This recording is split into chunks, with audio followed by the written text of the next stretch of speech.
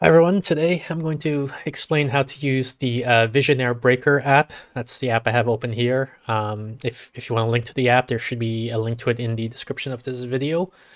I'm going to give a little bit of background first. I'm going to talk about what is the Vigenère Cipher.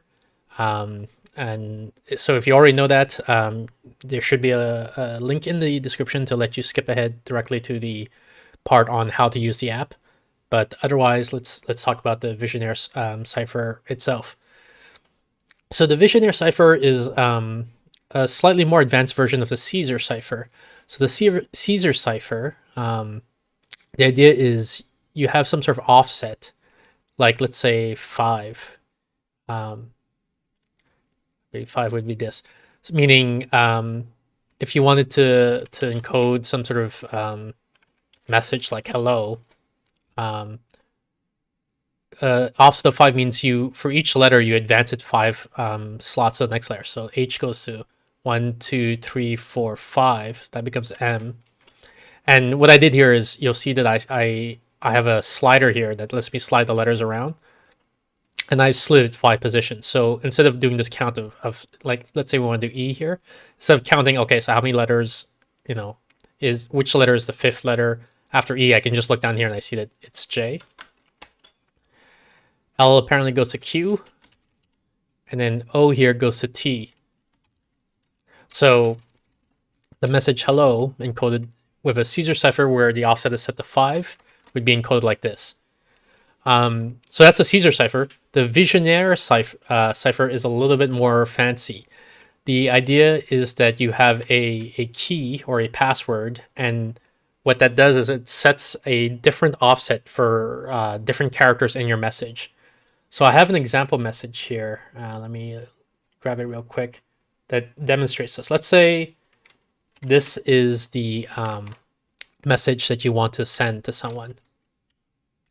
And you need a key or a password. And let's say the key or the password is this. So you want to send a message, improve your puzzle solving skills, and then the password is this, box and trick. So what is the process for encoding the message using the key? It's pretty simple. What you gotta do is, first of all, you need to duplicate the key a bunch of times, just so that you ensure that you have enough letters, as many letters as in your message. So I'm just gonna paste it a bunch of times until I see that this line is longer than that line. And then the second thing you do is then you line up the letters here so that, like, if there's a space here, I'm going to put a space here, and similarly here, so that, and you're lining it up so that all the letters in your input message match with some letter in the key.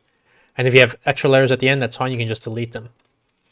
Okay, so now you have your input message and you have your extended key, your key that has been extended so that it matches the length of the input message. Now you need to generate the output message. So the way you do that is you look at the letters in the key. For example, here, this letter is B. And then what you do is you arrange your slider so that the letter here, B, that matches, is the one that appears all the way to the left. So I'm going to slide this to the right because it wraps around. And so now my B is over here. And once I've done that, I look at the input letter up here, which is an I, and that goes here, and it says an I becomes a J. So the output message here would be J. There are a couple of different ways to proceed from here, but what I like to do here is I'd like to put a whole bunch of periods to indicate, like, these are the letters I'm going to eventually map or transform. And let me get the spaces lined up as well here between the input and the output message. And then I like to do all the B's in the sense, right? Like in the key. So there's a B here also, if you guys see here. And so it's under U, and it says U goes to V. So I put a V here, right? So I'm looking here at the letter U. I see underneath it goes to V. So I know U becomes V down here. Here, there's an O above the B. So I look at the O here, and it goes to P. So I know that this letter has to be P. And then B here, there's an L above it. L here goes to M. So I put an M here. Okay, so we did all the B's in the key. So now let's do all the O's in the key. So I find my O. Here's the O. Oops. Right here. So I'm going to slide it all the way over here. Right? So now it's lined up. Then I look at the letter above the O. So it's an M over here. And then M, it says goes to A. Okay. Then there's an O over here. And there's an R above it. It says here, it says R goes to F. All right. And I'm going to do it a little bit faster now because I think you guys have probably got the idea. But so L, let's see, goes to Z. And then there's another L here, which also goes to Z. Okay. Next letter in the key is X. Let's line up the X. X is lined up. And now, let's see, I need to encode a P. The P goes to M. Letter P over here, so that goes to M. Here we have a V. Let's see, V goes to S. And then we have an S here. S goes to P. Okay, then we encode all the E's in the key. Let's see, we have an R in the original message. R goes to V. Oops. Then we have a U. U goes to Y. We have an I over here. I goes to M. And then that's it. So now we're doing N. Line up the slider here. Okay, so the input is O. O goes to B. We have a Z. Z goes to M. We have an N here. N goes to A. And then that's it. Okay, so now we do all the T's. Let me line up a T on my slider. Okay, so we got a V. V goes to O. We have a Z. Z goes to S. We have a G. G goes to Z. And then that's it. Then we line up the R. We have an E. E goes to V. An L. Where's L? L goes to C. We have an S. Where S goes to J. That's it. Then we line up the I. There it is. It's lined up. Let's see. Y goes to G. E goes to M. K goes to S. And that's it for the I. So now let's line up the Q. Let's see, we got an O in the input message. O goes to E. S goes to I. Then I goes to Y. So this is the encoded version of our message.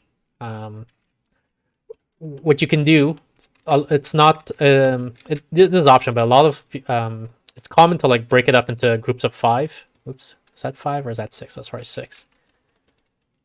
1, 2, 3, 4, 5, 6. And then you'll lose the pattern of where the spaces are.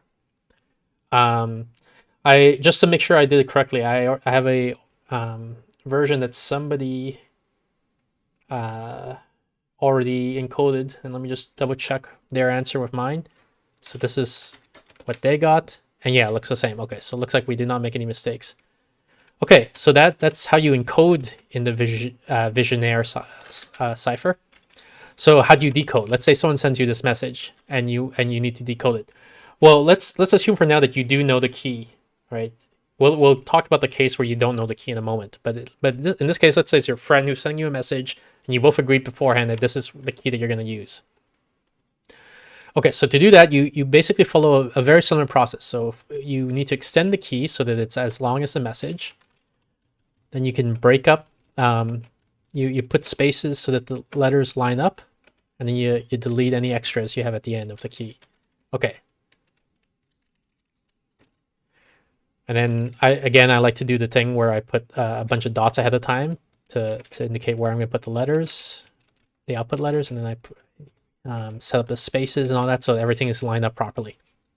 And then you do almost the same thing. You line up on your slider. You know the key is the first letter in the key is B, so you line up your B here.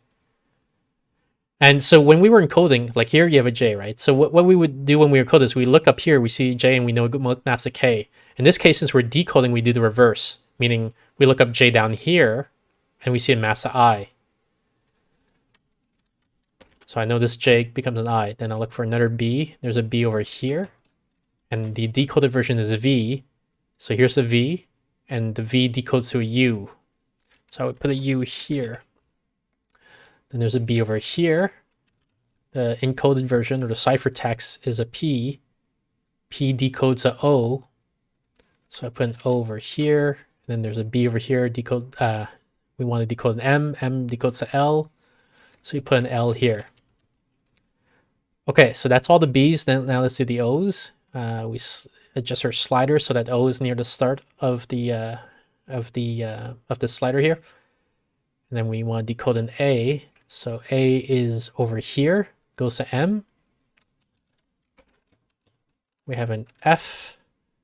F, where's F? F is here, goes to R. Okay, so let's put an R over here. Z is here, goes to L.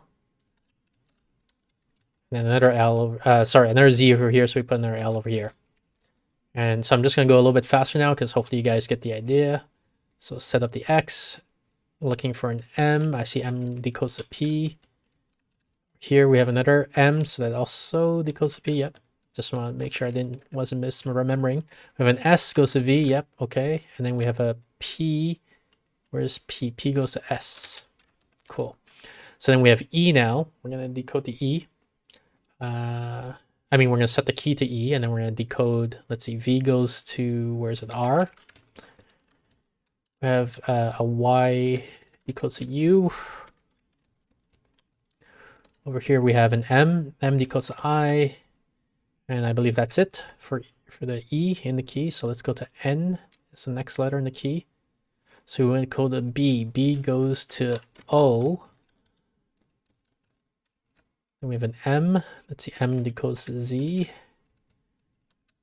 We have an A. A decodes to N. And that's it. So now we got the T. So my slider here. T, we want to call an O. Let's see, O goes to V. We have an S in the output, so we want to go to Z. We have a Z in the output. Let's see, Z goes to G. And that's it for the T. Now we go set up the R. Okay, so we decoded V. V goes to E. We go to C. C goes to L. J there. Let's see, J goes to S. And that's it for the R. So now we set up the I.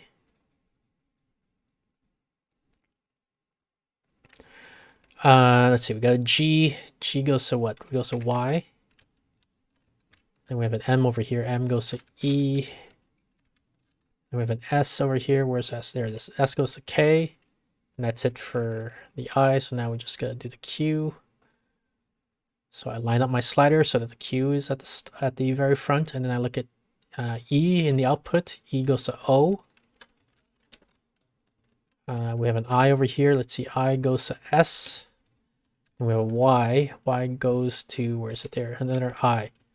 And so this is the decoded version of the message. And then in this case, like the way the person encoded, they just broke up the ciphertext into groups of 5. So all the space information is lost. So you just have to use like your knowledge of English language basically to try to figure out what this means.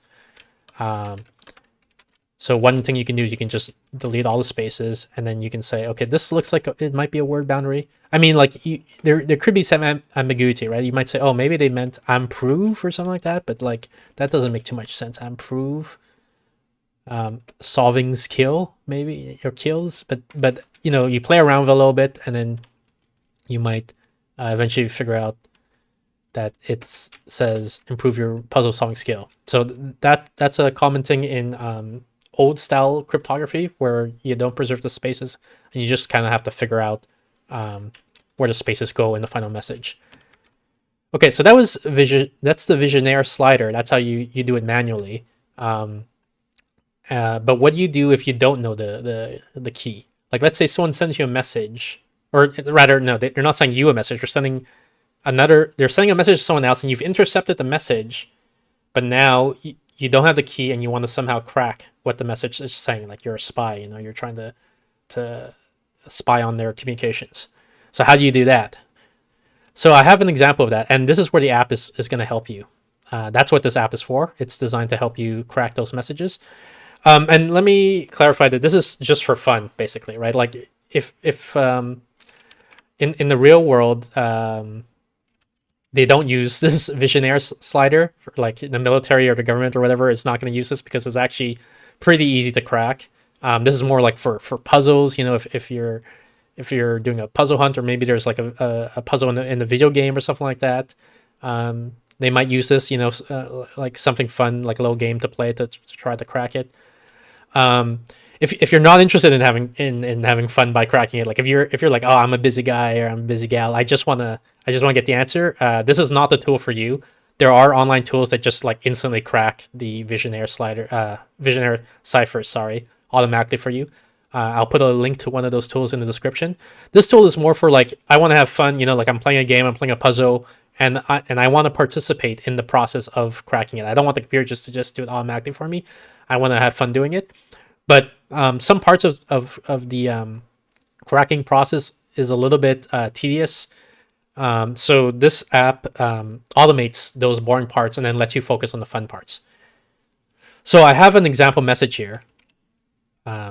This is it here that is encoded in the Vigenère slider. And you'll notice as soon as I paste the message in to the ciphertext box here, a bunch of fields get filled up here, like, you know, a bunch of things. So the app immediately starts, like, you know, trying to process this coded message and gives you information on to help you with cracking it.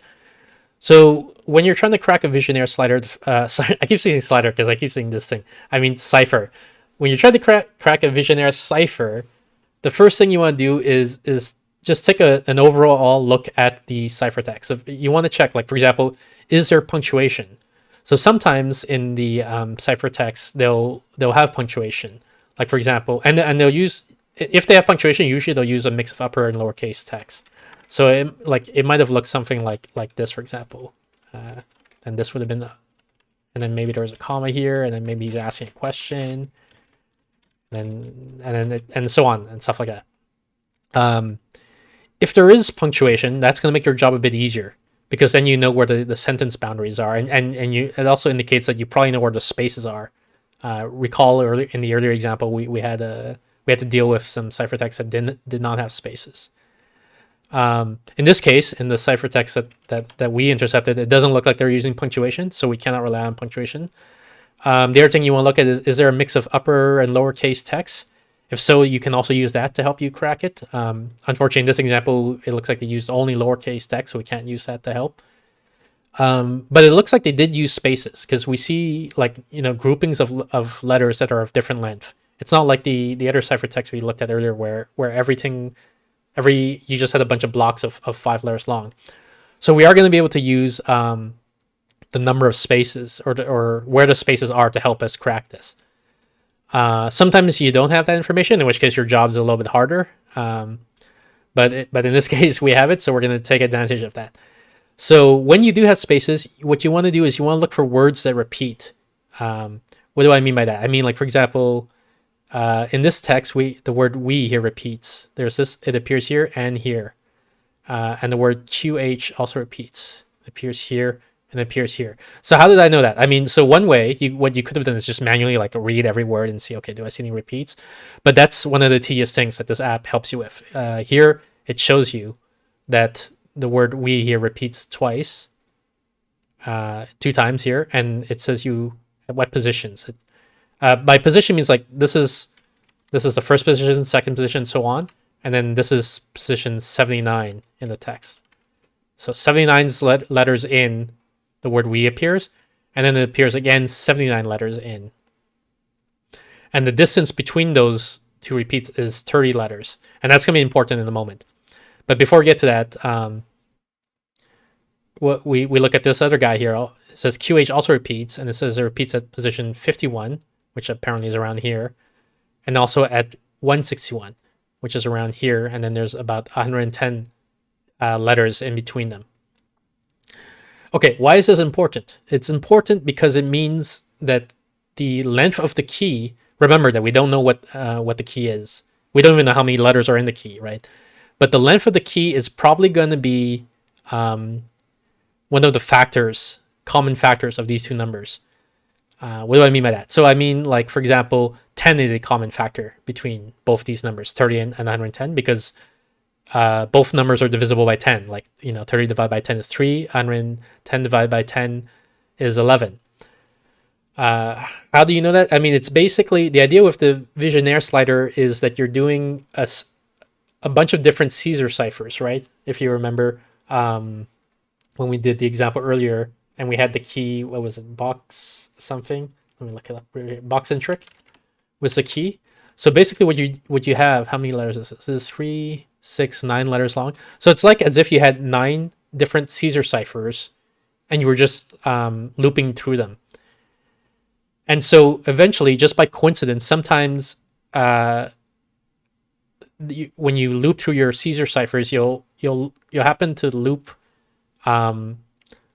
the same word gets Caesar ciphered at the same using this same Caesar cipher twice, and that's what we're looking for, right? That's why we're looking for similar words. So we know, we suspect then, given that the common denominator between these two numbers is 10, that the key might be 10 letters long. So you can write that down by putting 10 question marks here. And over here, you can see that it's counting how many characters you have in your key. So we put 7 so far, and we put another. Now it's 8, 9, 10. 10 characters. Okay, so we think maybe the key is 10 characters long. But we're not sure. It might be 5 characters long, because 5 is also a common denominator between these two numbers. It might be 2 characters long. It could be even, if it could be 1 character long, but if it's 1 character long, then that's basically the same as using just a normal Caesar cipher. For now, I'm going to put 10 as a guess. It might turn out to be wrong, and we can revisit later if that turns out to be wrong. But 10 seems like a good bet right now. The other thing is, like, sometimes by sheer bad luck, you might have a coincidence. Coincidentally, we appeared like at these two positions, but the key wasn't. It wasn't because the word happened to land on the same Caesar cipher loop. Like, let's say maybe the key was actually 11 characters long, meaning, like, because that's a factor of 110. 110 divided by 11 is 10, but it's not a factor of this guy. So this guy would have just been a coincidence, and this is actually the true indicator of the key length. Again, like, what you'll do is you'll make a guess, like we're guessing it's 10. We're gonna try decoding it, and if it doesn't work, then you just try again with a different key length. That's part of the cracking process. There's a lot of trial and error sometimes. But okay, so for now, we'll make a guess that it's 10. So you'll notice that as I change the length of the key, the grid here change. This is what we've decoded so far, arranged on a grid where the number of columns is equal to the number of characters in the key. So if I had 7, if I thought the key was 7 characters long, then it splits up the text into 7 columns. Here we think it's 10 characters, so it's split up into 10 columns. And then here is the partially decoded plain text, but formatted the same way it was formatted in the original ciphertext. And you'll notice that as I mouse over here, like let's say I mouse over this character, it shows me that corresponds to this character over here in the grid, and that's going to be useful to us in the moment. So now that we've submitted our guess that we think the key is maybe 10 characters long, the next thing to look at is to try to guess what some of these words might be. And I like to start with short words. And so, for example, I notice here this is a word that's 1 character long. And there's not that many words in the English language which are 1 letter long. I can only think of 2 right now, like the word I, like as in like I am tall or whatever. And then the word A, like I saw a dog, right? The A. So this is probably either an I or an A. So again, we're just going to make a guess. And if the guess turns out to be wrong, that's okay. We can go fix it later. But I'm going to guess that maybe this is the word I. So what I do here is I mouse over it, and it's telling me that this appears in column 5. That's what the 5 means. And it's saying W to W, meaning the original ciphertext is W, and right now it's mapping to a W. Oops. Sorry about that. Got a little pop up there. So the idea is if I want to affect this letter somehow, I have to do something in the fifth letter of the key. And right now it's a W, and I'm thinking maybe that maps to the letter I. So what I'll do is I'll slide the W until it's underneath the I, like this. And then that tells me that if I want the W to become an I, then the letter in the key should be O, because that's the first letter here. And then when I looked at this, it said that this corresponds to the fifth letter in the key. So I'm going to go to, let's see, 1, 2, 3, 4, 5. So that's this letter. I'm going to set to an O. And what that does is whenever you set a letter in a key, it highlights them in red to show you which letters you've already mapped, and which ones, all the black ones that are the ones you haven't yet mapped. So now I'm going to take a look at this to see, like, does this look plausible? Does it seem right that this was an I? And right now it's not looking too good, because like here, you see there's an X here. There's not a lot of words in English where the first letter is an X, and then it's like 5 letters long. I mean, I guess maybe Xerox is a word that's starts with an X and is 5 letters long. Maybe Xenos, like if you're talking about aliens or something like that. But it's like, my gut instinct, and also here there's another one. What was it? 6 letters long. My gut instinct is telling me this was a wrong guess. But let's say we're not sure. Let's just go a little bit further. Because maybe they're using some weird terms, and maybe this really is a word. This really is an X, and so is this one. But then you have a Q here, which is also pretty tough to deal with. A Q and then something. So what are 2-letter words that start with a Q? The only one I can think of is QI, like key, like this, which is, I think, like some sort of like energy, like in a lot of Asian traditions. So let's see. Maybe they're talking about that. So if that were the case, then this Y should become an I. So that's saying in the 6th column, we want our Y to become an I. So I line up the Y with the I here. That means I want a Q in the 6th column, which is here. So that would give us key, but now we have like XV. It's really not looking good. So I don't think that was right. So let's back out here. So we said maybe this is probably either an I or an A, and we tried I and that wasn't looking so good. So let's try with an A, right? So we want the W to become an A. So I take the W here, I line it up with the A, and then let's see. This is in the 5th column, so I want to change the 5th letter in the key. 1, 2, 3, 4, 5. This guy here, and the slider tells me that the key would have the letter W in this position. Then, so let's put a W there. Okay, so now we're saying maybe this is an A, and again we might be wrong again. So that's okay. We'll play around with it. But so far the letters that we got here aren't too bad. It's not like we're getting Q's or X's or weird letters like that, right? Let's see. So I'm looking at this guy now. So this is an I, and then there's another letter here that we don't know what it is, right? But there's not too many letters in English that are 2 letters long and start with an I. I can think of like it, if, and I guess like I'd, like ID, like if there's I apostrophe D, because they're not using punctuation here. So there could be apostrophes that are missing here. So let's try some of those. Let's try if, maybe. So for if, that means I want this character to become a Y. So, an F. I want the Y to become an F. So it's in the 6th position, and I want the Y. Where's the Y? Here's the Y to become an F. So that would mean in the 6th position, you would put a T. So let's put a T over here. So that gives me the if here. But now I'm seeing stuff that doesn't look so good, right? We got CZ over here. We got BW. I mean, like there are some words like that, but it's not so common. HS. We have an X on here. Okay, so maybe it's not if. Maybe it's T, it. So we want the Y to become a T. So here's my Y. Let me slide it over to... So it lines up with a T. So Y lines up with T now. That means I would put an F in that position, in the 6th position, right? Because when I mouse over Where is it? Over here. It says this is affected by position 6. Let me put an F here. It says it. But then I got PG here. That's not too good either.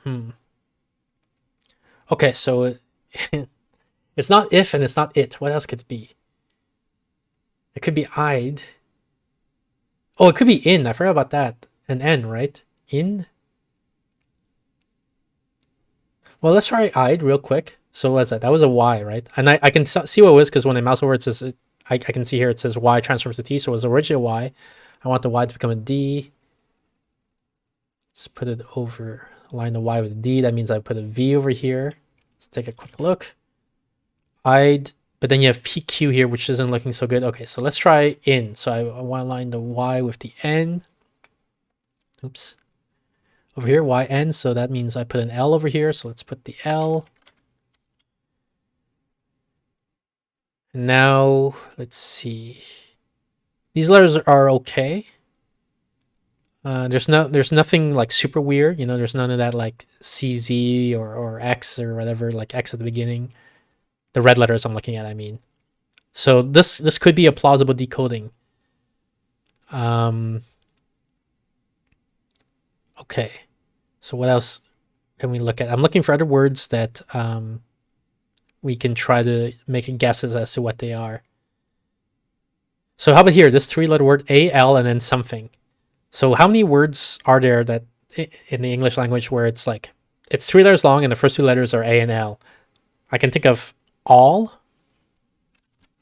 like this word, or alm, which is a little bit more rare, right? It's like alm is like when you give something to a poor person, your donation. It's called an alm, I think. I'm not alt maybe, like if as a slang for alternative. That's all I can think of right now. But like all is the most common of these, right? So let's say maybe this word is all. So let's see. If I mouse over it, it says T in the 7th position. So I'm gonna set up my T to line up with L. That means I want to put an I in the key and then in the 7th position. Let's see. 1, 2, 3, 4, 5, 6, 7. Okay, so here I'll put an I. So what do we have here? This is looking okay. Like none of these letters are implausible, right, in English. So we might be on the right track. We're not, totally sure. But as we get more letters, we can gain more confidence. But for now, let's assume for now that that is an I, and then we can backtrack later if it turns out we're wrong. Okay, so what else? I'm looking for more for words. How about this one? BI and then something. So how many words in English are 3 letters long and start with BI? I can think of bit, maybe bid. What else? Biff maybe, but that's kind of that's more like a sound effect than a word. Bib, that's another one, and bin, that's another one, I guess. Let's see if so. Now I want to make a guess of which one is the most likely word. Maybe bit. I can see people using the word bit like pretty commonly. Bib is kind of like, unless you're talking about a baby or something like that, that seems weird. So let's go with bit. So let's see. So this is the letter U and it's in the 8th position. So we want U to become a T. So I line up the U here with the T, and that says I would put a B here. What is the 8th position? Okay, so that would be over here, right? And now this is not looking good, right? Like, because bang, that's not an English word. THR, that's not an English word. Paya or whatever here, that's not an English word. Okay, so it's probably not. Let me put this back to question mark. It's probably not bit. So I'm just gonna put a mark here to say we cross that out. What else could it be? Bin? Is bin or bid? Maybe it's bid. I mean, it could be financial data, right? That we're talking about. So we're saying U becomes D. So let me line up the U with the D over here. That would mean we'd put an R over here. So let's try that. Let's see what that gives us. Yeah, that's not looking so good either, right? Pike here. Upbiz. So okay, so it's probably not bid. Bin? Could it be bin? That would mean I want the U. That was a U, right? Yeah. So this was a U. I want the U to become an N. Where's my U? Here's the U. Okay, so we slide it over to the N. That would mean I put an H in this position. A bin.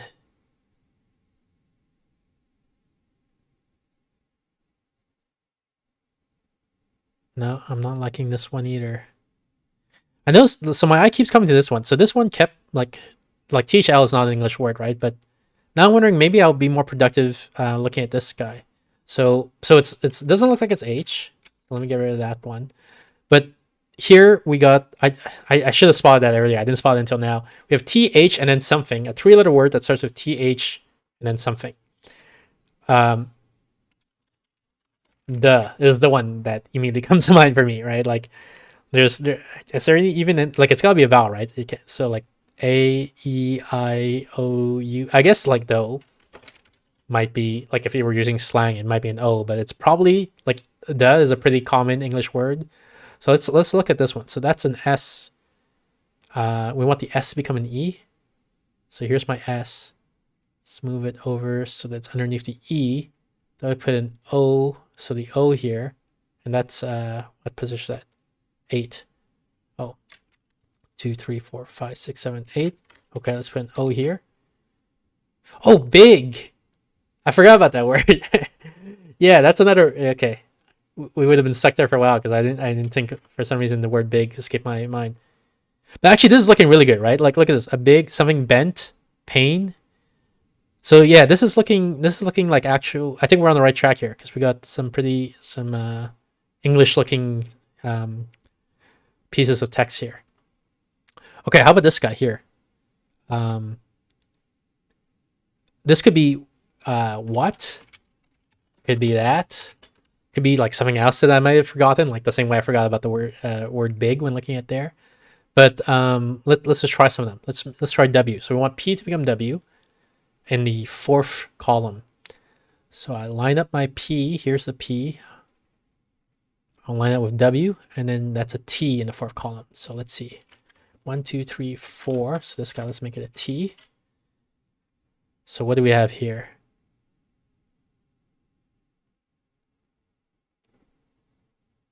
Not so good. Especially I'm looking at this Q here. Like a word that ends with J, that's unusual. A 2-letter word that ends with Q. Okay, so if it's not what, maybe it's that. Okay, so what was where is it? Here it is. It was a P originally. I can see when I mouse over, and I want to make the P become a T. So here's the P. Slide it over so it goes to T. So that says put a W there. Okay, so let's put a W here. And what do we get?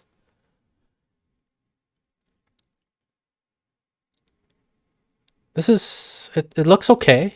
I don't see anything like super, yeah, when I look at the red text, all of these letters are plausible, right? Like it's not like the situation we had earlier where we had like Q's or whatever in weird places.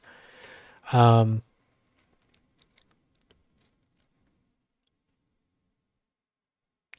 so I'm trying to figure out what to look at next because we have a lot of options here. Like I'm looking at this one, this O, 2 letters, word ends in O, so we have like to, we have do. Is there other stuff? What else could be? Go. Could be go.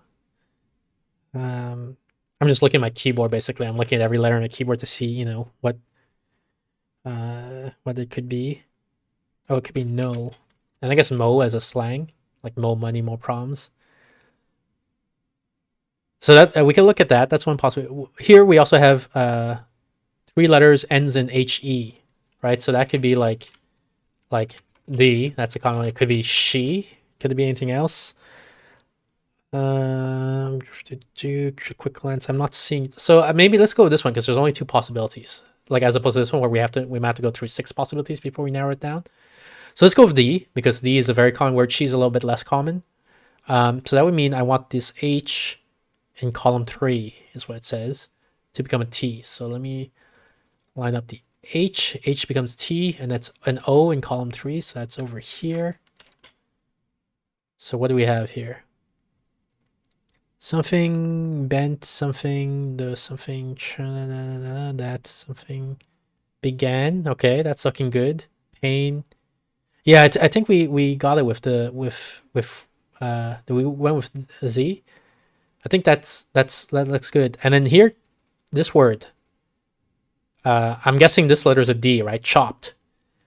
Because there's not too many other English words that start with like chop, and then like choppin, you know, chopette or whatever.